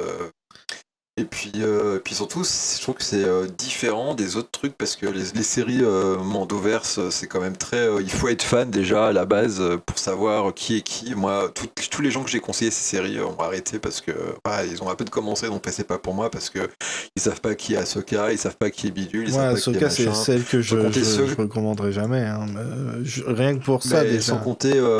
Sans compter les gens qui ont fait mais pourquoi Grogu il est revenu avec Mando alors que mais t'as pas vu The Book of Boba Fett, mais je savais pas, bah ouais, mais c'est vrai que personne savait que c'était une saison intermédiaire de Mandalorian. Enfin bref, les gens ils ont tous laissé tomber, ce qui fait qu'ils regardent pas les nouvelles séries Star Wars. Les gens qui sont pas fans que je connais, ils ont arrêté avec les dernières, quoi. Et c'est pour ça que personne n'a regardé The Acolyte d'ailleurs, parce que moi je connais personne à part des fans qui ont vu The Acolyte, parce que tout le monde m'a dit bah non mais moi Star Wars ça me perd, je sais pas, c'est des personnages que je connais pas, et je comprends pas ce qui se passe, donc après en plus t'as les goûts personnels qui font que des gens aiment pas tel ou tel truc, tel genre de série, quoi. Et alors que là Skeleton Crew, tu vois, là j'attends pour l'instant, je dis juste pour l'instant sur mes comptes que je trouve ça plutôt sympa. J'attends de voir jusqu'à la fin des 8 épisodes, mais ça, je pense que c'est une série que je vais conseiller aux gens en disant si vous voulez un truc d'aventure Star Wars sans connaître tous les détails, tous les personnages, comparez avec vos enfants, parce que Skeleton Crew c'est pas mal, même si pour l'instant, à chaque fois, leur gens je dis regardez Andorre, voilà. Regardez Andorre. Et c'est quelqu'un qui m'écoute qui a pas regardé Andorre, mais qu'est-ce que vous faites, quoi. Enfin bref. Ok. Du coup, vite fait, avant qu'on conclue complètement, je vous propose de finir en parlant de 2 choses dans cet épisode qui vous ont marqué, que ce soit les personnages, l'écriture, la réalisation, les décors, quoi que ce soit. Quelles sont 2 choses que vous retenez? On va commencer par Maddy, parce que ça fait longtemps qu'on t'a pas entendu. On a monopolisé la parole avec Pierre. Mais j'adore vous écouter. Ouais, désolé. Je sais. On est passionnant, on est incroyable. Mais justement, voilà, prends un petit peu de comment on dit en français, center stage. Je sais plus parler. Ce que j'ai aimé. Encore une fois, je trouve que les enfants sont tellement justes. Dans la série, enfin, je trouve que comparé à dans les années 80 par exemple, il y a beaucoup moins d'enfants enfin il y a beaucoup moins de films avec des enfants, et les séries pareil, et à part Stranger Things qu'on a nommé tout à l'heure. Et donc pour moi vraiment le point fort de la série c'est les enfants, et Jude Law aussi qui s'intègre parfaitement dans le cast des enfants, c'est ouf. Tout à fait. Ouais. Du coup, tu inclus Jude Law dans les 2? Oui, dans les enfants. Les enfants et... non mais c'est pas faux, hein. Franchement c'est le 5e enfant, hein. Moi il me fait rire. Complètement. J'aime beaucoup au tout début de l'épisode les petits échanges qu'ils ont sur le côté lui et Fern, où ils se font des gros yeux et des trucs comme ça pendant que les autres sont en train de parler. Parce qu'elle lui a dit de partir, de sortir parce que les adultes sont pas autorisés. Puis après il revient quand il y a un problème, et puis lui fait... C'est un grand bébé lui. Ils jouent bien ensemble, vraiment. Il a le meilleur... il vit sa meilleure vie, voilà. Il a un super personnage. En plus. Grave. Tu vois que c'est un fan de Star Wars, il lui a filé un rôle qui est parfait pour lui et il est content. Tiens, d'ailleurs, est-ce que tu as vu... trop content, ça. Qu'il a dit que dans une interview récemment, je crois, que l'animal qui lui fait le plus peur, c'est l'Homo sapiens fasciste. Donc il a vraiment sa place dans Star Wars. Il a dit ça ? Oh, trop mignon. Ok, et un deuxième m'a dit, si tu peux. Un deuxième. Ah. C'est vrai que quand on est plus nombreux, je devrais dire un seul, mais... Ah, la scène avec le babysitting, là, c'était... Ouais. C'était Gold, de chez Gold. Je sais pas si c'était préécrit ou pas, mais c'est tellement parfait. L'interprétation en plus, absolument zéro tendresse dans la façon de parler. Et vraiment bien, je me fous de ta gueule. Genre, viens. Très bien, très bon choix. Et toi, Pierre? Ça peut être difficile. Hein. Je devrais prévenir. C'est un exercice difficile.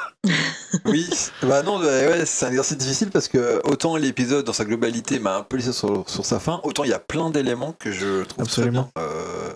Des personnages, des scènes, des vaisseaux, c'est dur. Et là, en plus, il y en a eu 2 bons parce que c'est vrai que les enfants, ils sont vraiment super et même si t'as envie de les voir grandir, enfin certains.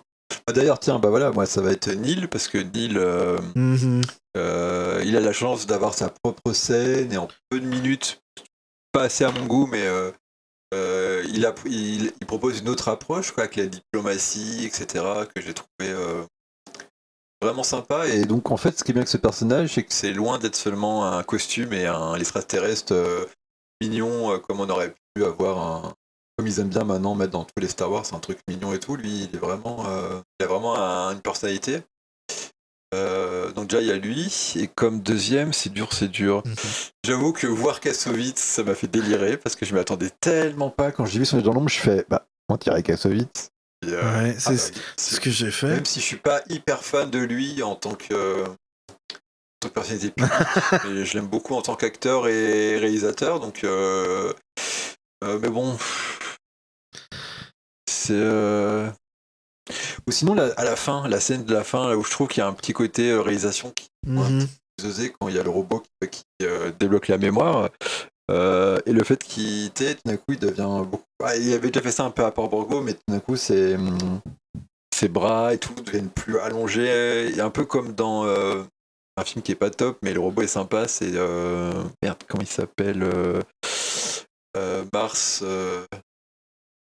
Mars la Rouge, non, ça c'est le roman. Un film qui sortait en 2000 qui se passait sur Mars et c'était avec Val Kilmer, ouais, je crois. Et il y avait un robot pareil, il y avait un robot sur Mars qui pétait un plomb en fait, et pareil quand il était en mode félin quand il circulait, et puis quand il passait en mode furieux, il avait ses bras et tout qui devenaient comme pareil qui s'allongeait et tout. Et j'aime bien. En fait, SM, c'est pareil, c'est un personnage qui est vraiment sympa, même si clairement ils ont repris Mouche et puis la planète au trésor, etc. J'aime bien ce personnage. Quoi. C'est dur, hein, ton. Ouais, c'est dur. Je me rends compte, je devrais prévenir avant. Il y a plein de bonnes idées. C'est juste que je trouve pas forcément que ça soit assez bien utilisé, mais il y a vraiment plein de bonnes idées dans cette série, quoi. Ouais, et puis. Sinon, le cockpit, hein, le cockpit sur le côté. c'est suffisant. Hein. Alors, ça marche très très bien. Bah oui, attends. Vive la symétrie. Ouais, moi j'ai aimé déjà le backflip. C'est tellement pas nécessaire, mais tellement. Il est parfait. Il a sa place. 20 sur 20. Et moi, ça m'a rappelé un peu, tu sais, comme dans The Book of Boba Fett, le mec qui tournait sur lui-même. Mais oui, mais j'avais adoré aussi ça. C'est un mème. Ce petit détail que les gens après se font, ah non, c'est nul et tout, et puis moi, mon fils, il a adoré. Mais oui, moi, les enfants, ils étaient morts de rire. Mais c'est trop cool. Mais oui, c'est parfait. Et oui, même le fait que ça c'est un peu plus général, mais le fait que même les épisodes que pour l'instant on n'a qu'un seul en plus, donc on va pas trop se plaindre, mais qui sont un peu plus pardon, un peu moins réussis, on va dire.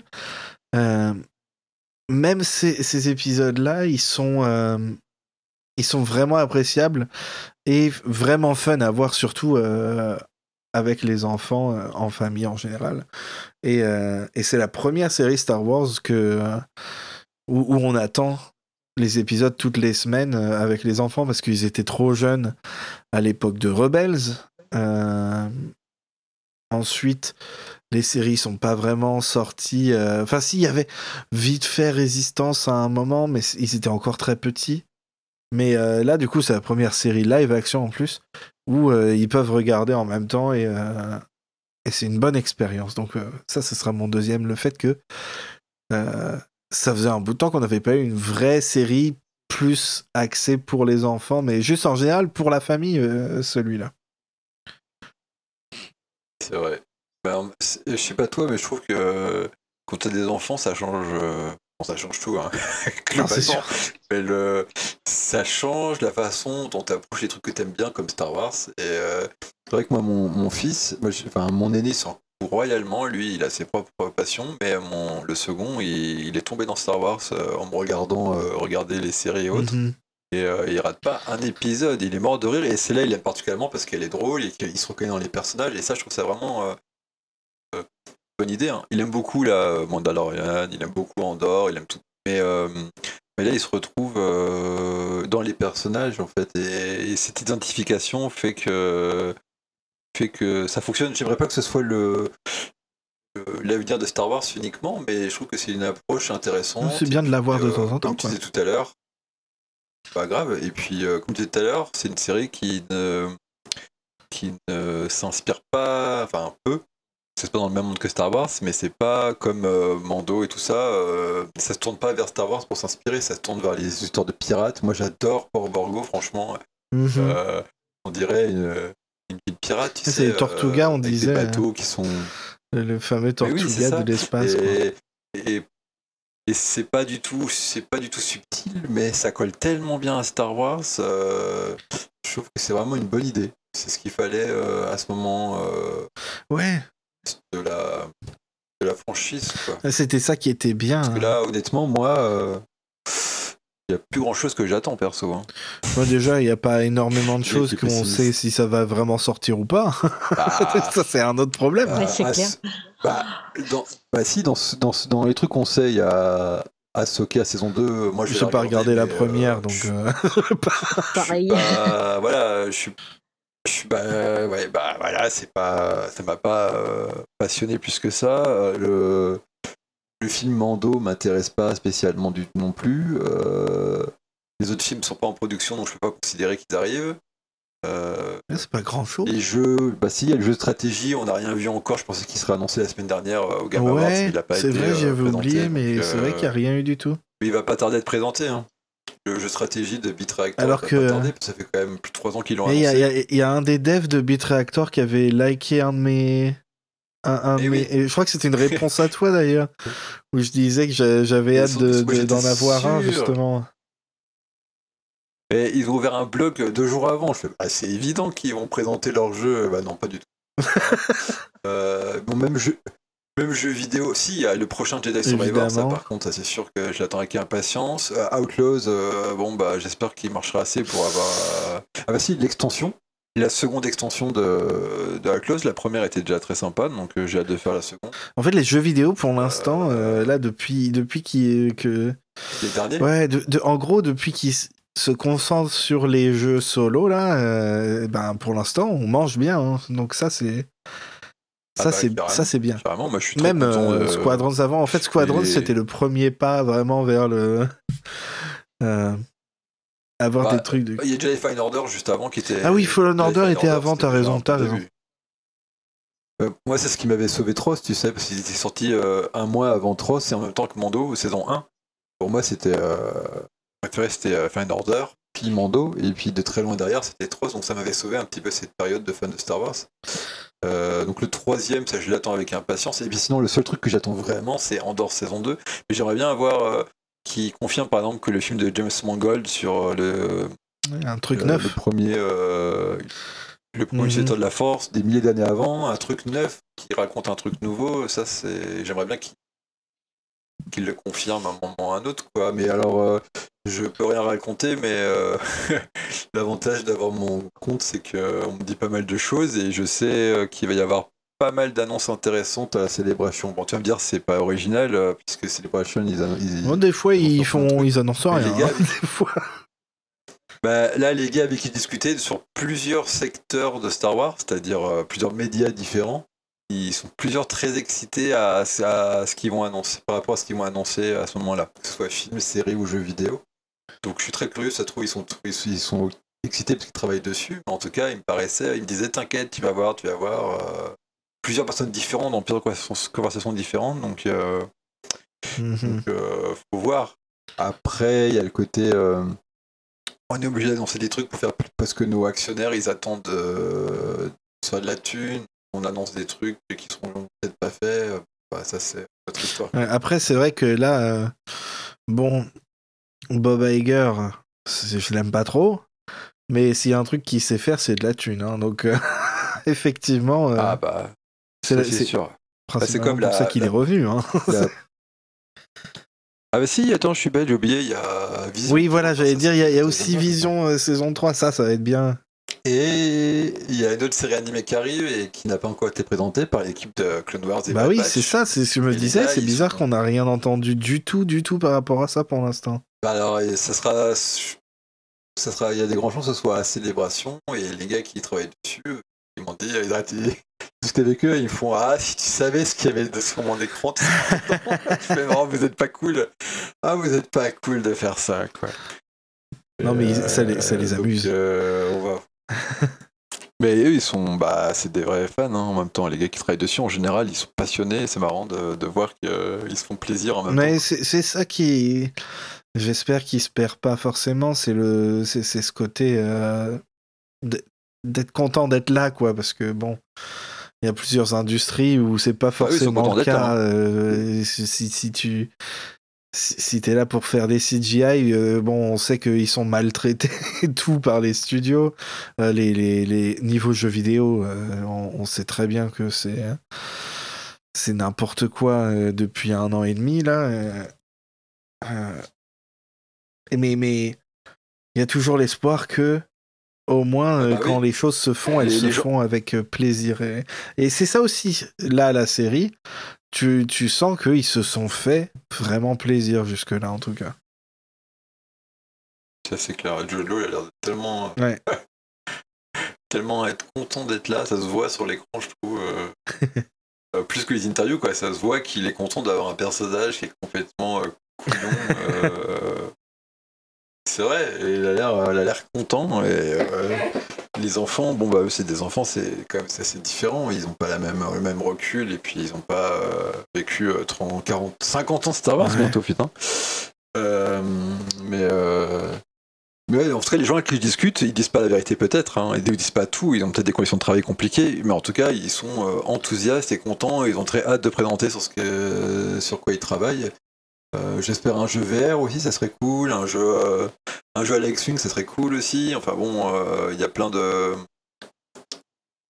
possibilités pour l'avenir. Après, est-ce que c'est des trucs qui vont sortir de l'ordinaire ou est-ce qu'ils vont rester dans des clous pour pas se mettre sur le dos des gens qui aiment pas que ça change, les Star Wars pas que ça change, mais que ça soit un peu différent, quoi.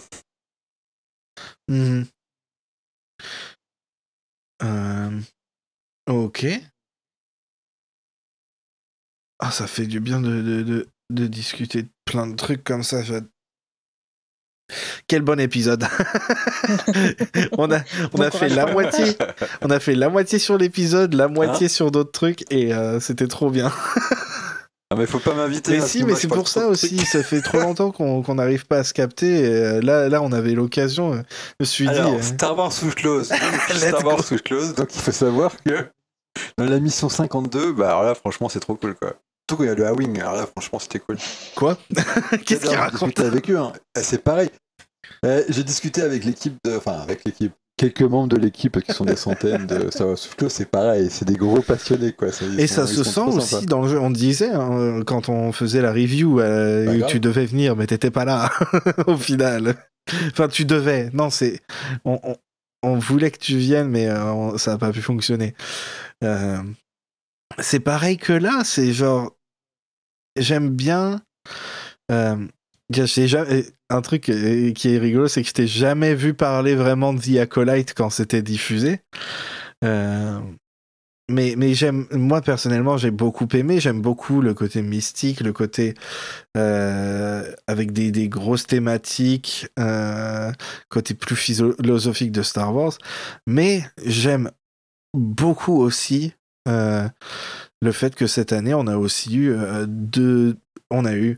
donc Skeleton Crew et Outlaws, où c'est juste un peu le retour à tout ce qui est basique, le côté très lucassien de c'est juste des bonhommes qui font l'aventure dans l'espace, quoi. C'est ça, hein, mais Outlaws, je te dis, pour moi, c'est le jeu vidéo, et il y en a eu près d'une centaine, le jeu vidéo qui est le plus trilogie classique de tous. Même que ce soit dans l'esprit, dans ce que tu y fais. Oui. Mais c'est même pas une question de date chronologique, c'est juste que l'atmosphère, on sent qu'on est vraiment en plein milieu où la guerre civile va bientôt se terminer, et il y a juste assez de personnages connus pour que ce soit à la fois sympa de les croiser, logique, et qu'il n'y en ait pas trop non plus. On parle de Lando, notamment. Et tu l'as fait, l'extension ? Non, j'ai pas. J'attendrai que... Il y a les deux. Ouais. Ah, très bien. C'est ce que j'allais dire. Attends la deuxième. Parce que ça m'a frustré. J'ai demandé à quelqu'un, c'était un peu court. 3-4 heures, en passant beaucoup de temps à regarder les décors, parce que c'est Star Wars, ça regarder les décors, oui. Mais au prix où c'est en plus, c'est 15 ça. €, c'est un peu cher. Par contre, si tu fais les deux de suite, je pense que ça sera mieux. En plus, ça sera c'est exactement pour ça aussi. C'est genre, j'ai plus de contenu, sûrement pour moins cher. Mais sinon, l'extension en elle-même, elle est très sympa. Elle aurait été à 5 ou 7 €. Ça aurait été cool, quoi. Ouais, mais c'est ça. C'est bon, ça reste Ubisoft, hein, donc c'est forcément ils vont essayer de grappiller le plus d'argent possible. Et d'ailleurs, je pense que c'était ça reste un peu au détriment ça reste une multinationale, des ventes, justement, un peu au détriment des ventes du jeu, parce que si on te fait un pack, je suis désolé, mais l'édition Gold et les trucs comme ça là, qui coûtent plus de 100 balles, faut qu'ils arrêtent, hein. Faut qu'ils arrêtent. On est pas non mais ça va pas la tête, hein. Et je sais. Mais ça c'est pour les gens qui veulent des trucs cosmétiques et tout ça. Moi, absolument, ça mais même juste le principe. Après, si les gens veulent payer pour ça. Après, le truc c'est que tout ce qu'on aime bien, Star Wars, hein, mais tous les sujets qu'on aime bien, en gros, ça appartient à des grosses boîtes qui veulent faire de la thune. Donc c'est quand même c'est toujours la même truc par rapport c'est comme le cinéma, quoi. C'est la tension entre l'art et l'économie, et on vit là-dedans. Donc de toute façon, on peut pas faire l'un sans l'autre. Ce qui est important, c'est que des créatifs puissent raconter des histoires grâce ou à cause de la thune laissée par d'autres. Le problème, c'est quand l'économie prend le dessus et que, par exemple, ils sont obligés de faire les séquelles en très peu de temps, et ils ont eu de la force, ils ont même pas le scénario quand ils commencent à tourner, et puis ils ont même pas prévu l'ébauche, etc. d'une suite, donc les gens après râlent parce que c'est pas cohérent, alors que tout s'explique simplement pour des raisons d'actionnariat, etc. Ouais, ça s'en prend aux créatifs, alors que ça fait partie du monde. Les créatifs, ils aimeraient bien avoir plus de temps. Oui, mais c'est con. Mais bien sûr, mais c'est ce qui s'est passé après. Après, maintenant, les gens ils râlent, ils font l'inverse, ils font ah ouais, mais maintenant on attend beaucoup de temps entre les films. Bah oui, mais vous préférez quoi ? Vous préférez qu'ils prennent du temps pour faire des films, quitte à annuler des projets quand le projet il aboutit pas dans le sens espéré, ou vous voulez qu'ils commencent à tout de suite à faire un film et on se retrouve avec comme les séquelles et les gens y râlent. Moi, je préfère largement avoir très peu de films mais que le film il soit réussi, quoi. Moi, par exemple, Mando, ils veulent taper sur le succès de la série, pourquoi pas, mais c'est pas le genre de film Star Wars qui m'intéresse. J'irais bien sûr le voir direct dès le début parce que c'est mon truc. Non, mais c'est Star Wars, et puis il faut que je nourrisse mes comptes en expliquant. Mais c'est je vais aller mon film ici, il sera super content, mon fils, mais Et c'est pas le genre de. Moi, je m'intéresse beaucoup plus aux 3 autres qui avaient été annoncés avant. Oui, c'est ça qui est drôle. Attends. Non, d'ailleurs, non, c'est faux. Pas les 3 autres, d'ailleurs. Non, ils ont été annoncés en même temps, en fait. Les 3 ont été annoncés en même temps. Et le film Mando, par contre, a été annoncé bien plus tard. Sur le site. Là, ils l'ont annoncé, ils ont fait « Ah, c'est parti, allez, on va tourner !» Oui, ils l'ont fait... Ok, attends. Alors, je viens de voir. On va devoir se séparer de Maddy, alors on va conclure le vite fait. Désolé, je te coupe en plein milieu, mais on va conclure l'épisode. Il faut absolument que tu reviennes au début de l'année prochaine. Du coup, on aura plein de choses à se dire. Mais voilà, du coup, c'est tout pour cette semaine. On se retrouvera, nous, la semaine prochaine pour discuter de l'épisode 5. Et vous pouvez retrouver notre cher invité sur plusieurs plateformes. Je vais te laisser dire lesquelles, excepté une qui n'a qu'une lettre. Tu n'as pas le droit d'en parler. Non, c'est interdit. Déjà, s'il y a des gens qui me suivent, qui sont là-bas, mais venez sur Blue Sky, quoi. C'est tellement mieux. Voilà, Blue Sky, et puis après, Mastodon, Thread, etc. Mais ces plateformes, c'est pas celle où je suis, quoi. Moi, j'espère que c'est Blue Sky qui va décoller. Et aussi, tout comme nous, tu as un Patreon. Donc, si vous avez de l'argent, évidemment, vous avez vu comme il est passionnant. Si vous êtes très riche, voilà, c'est ça. Secours populaires ont besoin d'argent pour Mayotte en ce moment, mais sinon, après, éventuellement... Voilà, en troisième.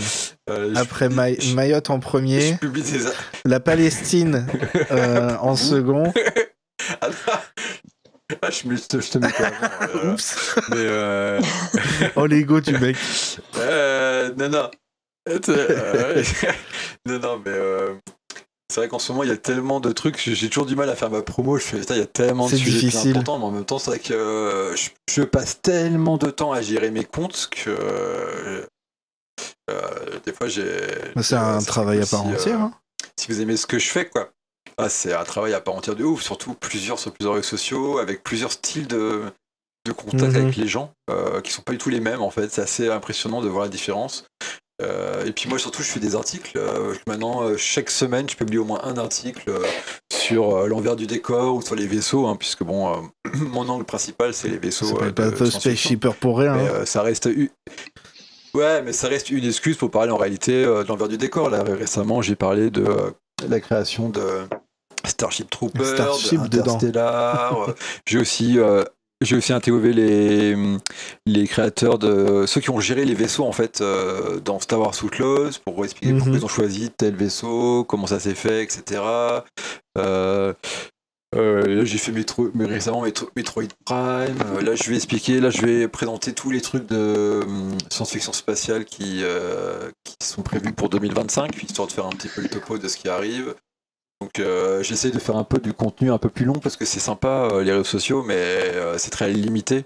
Moi sur mes réseaux je parle à la fois du passé de la science-fiction, du présent avec les sorties, les épisodes qui viennent de sortir, les films, etc.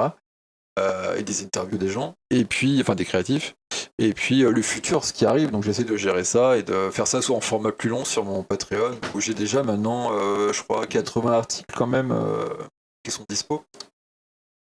Au fur et à mesure, j'essaie de faire un contenu qui sera une espèce de banque de données sur l'histoire de la science-fiction spatiale. J'espère dans le futur, quoi. Un espèce de Starlog. Tu vois, mais t'es vraiment vieux. Hein. C'est vrai. Hein. J'écris toujours dans des magazines papier, mec. Même moi, j'en ai connu, alors c'est dire. Et nous, de notre côté, on remercie évidemment chaleureusement Karel, Anthony, Aline et Adrien pour leur soutien sur notre Patreon à nous. Et on vous souhaite bonne chance pour votre prochaine aventure. Et en attendant, n'oubliez pas de ne pas toucher à ce bouton vert là qui clignote, s'il vous plaît. Non! Et piouf, on est parti en hyperespace. Bisous. Des bisous. N'oubliez pas de suivre le podcast sur Instagram et Patreon pour encore plus de rigolade. Bisous.